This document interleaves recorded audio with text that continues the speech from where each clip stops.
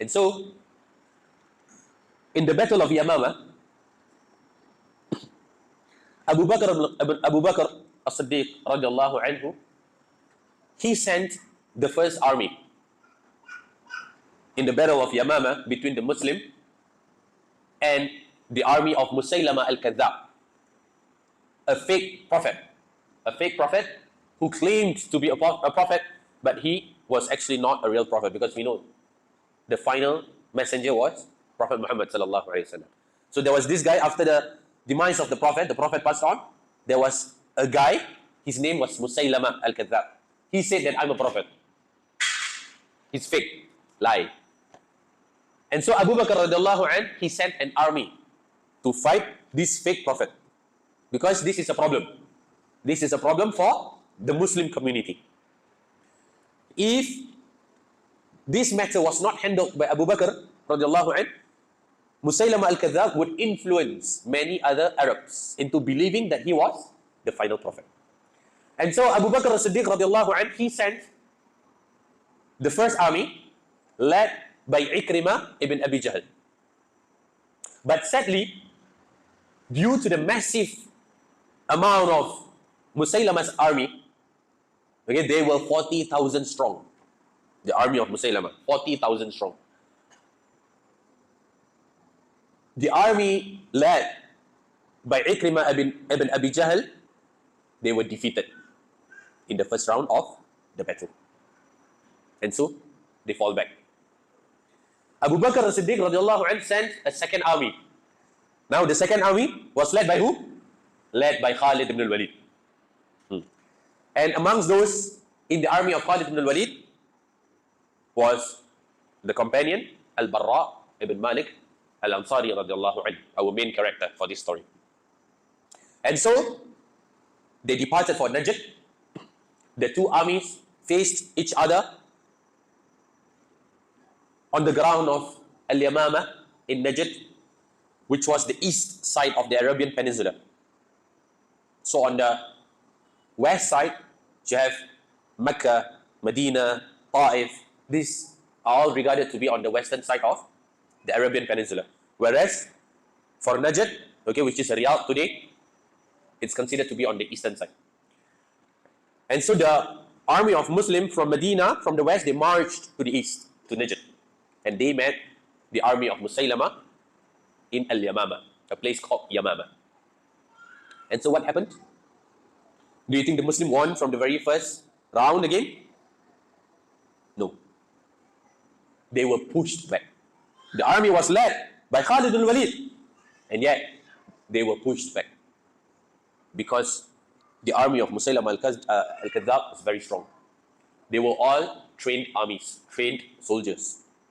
They were not normal people. They were not farmers or merchant, sellers, juice maker or something, and then come for jihad, okay, we go for jihad. No, they were soldiers, 40,000 of them, soldiers. Their daily job was being a soldier. And so the army of Khalid ibn al-Walid was pushed back. It was very bad. It got to the point that the army of Musaylama al-Kadhab reached the tent of Khalid ibn al-Walid. And inside the tent of Khalid ibn al-Walid was Khalid ibn al-Walid's wife. And the army of Musaylama, got hold of Khalid's wife.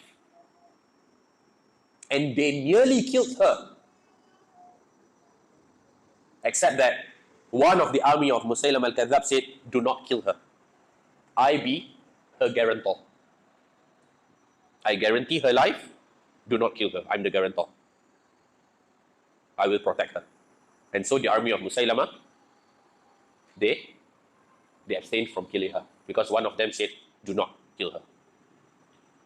And so after that, Khalid ibn al-Walid, he strategized his army. He strategized the management of the army. He placed Muhajirun together in a group and the Ansar together in a group, and people of all different tribes and Qabila under different groups and under different flags. So for the Muhajirun, he gave them the Muhajirun flag. For the Ansar, he gave them the Ansar flag. For this qabila, for that qabila, a flag of their own. Why did Khalid bin Walid strategized that way?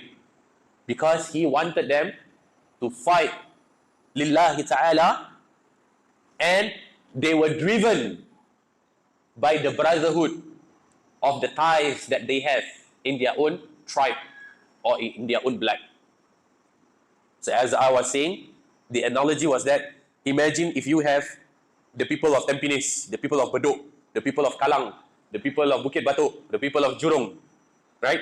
And so if they are at war, and the people of Kalang, for example, they are in the front row, and then the people of Tampines, they were pushed back, and then the people of Tampines would see, oh, the people of Kalang, they are in front. How can we be at the back? Come, let's push. Yeah. So that was one of the way to drive the different flags, the different groups. The Muhajirun would see the Ansar, hey, how can the Ansar be in front? We are at the back. No, we must go to the front. We must be stronger than the Ansar. They all have their status that they want to guard. Yeah. And so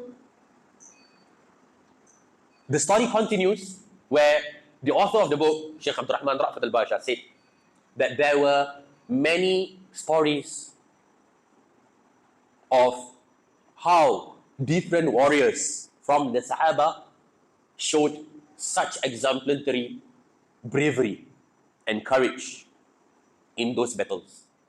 And he mentioned people like Thabit ibn Qais radiallahu anhu. He mentioned Zayd ibn al-Khattab radiallahu anhu, who was the brother of Umar ibn al-Khattab. And then he mentioned Salim Mawla Abi Hudayfa, okay, the freeman and ex-slave of Abi Hudayfa by the name of Salim. He was once the slave of Abu Hudayfa but was freed by Abu Hudayfa. They all portrayed such bravery in those moments in that battle. But guess what? Dr. Abdul Rahman said that all those stories, even though they were amazing, they were all drowned in the bravery of Al-Barra ibn Malik. It was nothing compared to the bravery, to the benchmark, to the standard that was set by Al-Barra ibn Malik al-Ansari radiallahu anhu. And so in our